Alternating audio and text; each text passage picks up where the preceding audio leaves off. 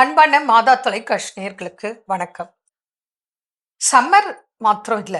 எப்ப வேணாலும், யாருக்கு வேணாலும் இந்த கிட்னி ஸ்டோன் ஒரு பெரிய பிரச்சனை. சம்மர்ல இந்த கிட்னி ஸ்டோன் இன்னும் அதிகமாக காணப்படுது. காரணம் என்னன்னா, ஜென்ரலா கிட்னி ஸ்டோன் அப்படின்னா, நம்ம சரியா, முறையா உணவு கடைப்பிடிக்கணும்.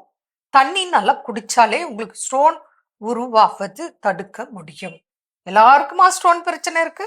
Kidney stone? இல்லையே! யாரோ சிலருக்கு தானே இருக்கு. பலருக்கு இருக்கு. பலருக்கு இல்ல. அப்போ நம்ம ஃபர்ஸ்ட்டு நல்லா தண்ணி குடிக்கணும்.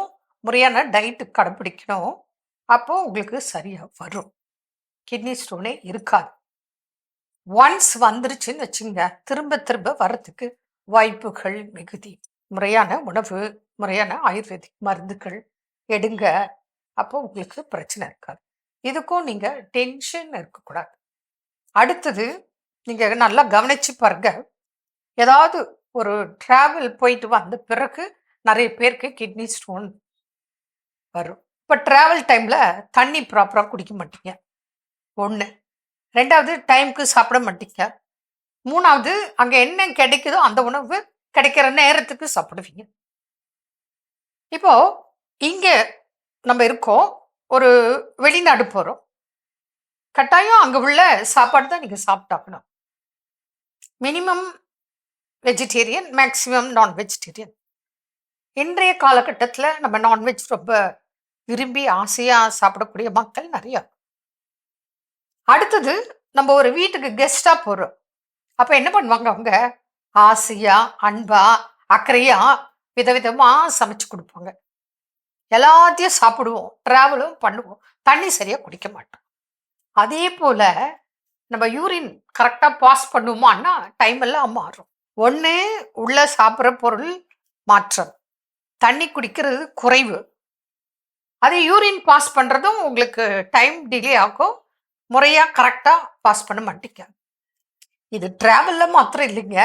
இன்னைக்கு ஆஃபீஸ்ல கூட இந்த தவறுகள நம்ம பண்றோம். இப்போ உட்காந்துருக்கோம். ஒரு 1/2 அன் ஹவருக்கு ஒன்ஸ் ஒரு 5 மினிட்ஸ் எழுந்து, நடந்து, மூவ் பண்ணி, ஒரு தண்ணி குடிக்கிறது, ஒரு தடவ ரெஸ்ட் ரூம் போயிட்டு வர்றது. இப்படி ஏதாவது பண்ணணும். நம்ம என்ன பண்றோம் சில நேரம் 5, 6 மணி நேரம் கூட ஒரே இடத்துல உட்கார்ந்து தண்ணியும் குடிக்கிறது இல்ல, யூரினும் பாஸ் பண்றது இல்ல. அப்ப என்ன ஆகும்? கிட்னி ஸ்டோனுக்கு அதுவும் ஒரு காரணம். 2வது நம்ம சாப்பிடக்கூடிய உணவுகள் முக்கியமான காரணம். இதுல என்ன அப்படின்னாக்கா, சிலர் ரொம்ப ஸ்பைசியா, காரமா, நல்ல உப்பு, காரம், மசாலா அது பிடிக்கும். புரியுதுங்களா? அதேபோல ஒரு டைம் கிடையாது. அப்ப இர்ரெகுலர் ஃபுட் அதனால கூட நமக்கு கிட்னி ஸ்டோன் வரும். சரி வந்துருச்சு என்ன பண்றது? என்ன மாதிரி அறிகுறிகள் அப்படின்னா, வலிக்கும். அப்புறம் யூரின் போறது கஷ்டப்படுவீங்க. சிலர்லாம் பார்த்தீங்கன்னா, ரொம்ப வலி கொடுமையா இருக்கும். துடிச்சுருவாங்க. அப்போ வாந்தி வர மாரி இருக்கும். தலை சுத்தல் மாரி இருக்கும். நடக்க முடியாது, உட்கார முடியாது, படுக்க முடியாது. இங்கே, அங்கே, அங்கே, அங்கன்னு அலைவாங்க. ரெஸ்ட் ரூம் போனா அதுவும் வராது. யூரின் பாஸ் பண்ணும் போல இருக்கும், சரியா போகாது. மோஷன் போணும் போல இருக்கும், போவாது. சிலருக்கு இந்த யூரின்லயே பால் போல, மோர் போல திரிஞ்சு போகலாம். சிலருக்கு ப்ரௌனா போகலாம். சிறுநீர் சிலருக்கு ரத்தம் கலந்து கூட சிறுநீர் வெளியேறலாம். கிட்னி ஸ்டோன் உள்ளவங்களுக்கு அது நீங்க ஸ்கேன் பண்ணீங்கன்னா, ரிப்போர்ட் இருக்கு. ரிப்போர்ட்ட வச்சுட்டு கான்டாக்ட் பண்ணுங்க. ஆனா ஒன்ஸ் வந்துருச்சுன்னா திரும்ப வராது. அப்படின்னா அது உங்க கையில தான் இருக்கு. வராதுன்னு கேரண்டி கிடையாது.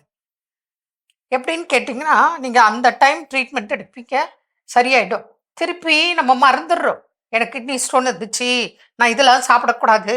நான் நெறைய நல்லா தண்ணி குடிக்கணும். இந்த சாப்பாடு நல்லா சாப்பிடணும். நான் ரெஸ்ட் ரூம் கரெக்ட்டா ப்ராப்பரா போணும். அதெல்லாம் மறந்துருவோம். அப்போ திரும்ப வரும். இப்படியே அடிக்கடி பலமுறை வந்துச்சுன்னு வச்சுங்க.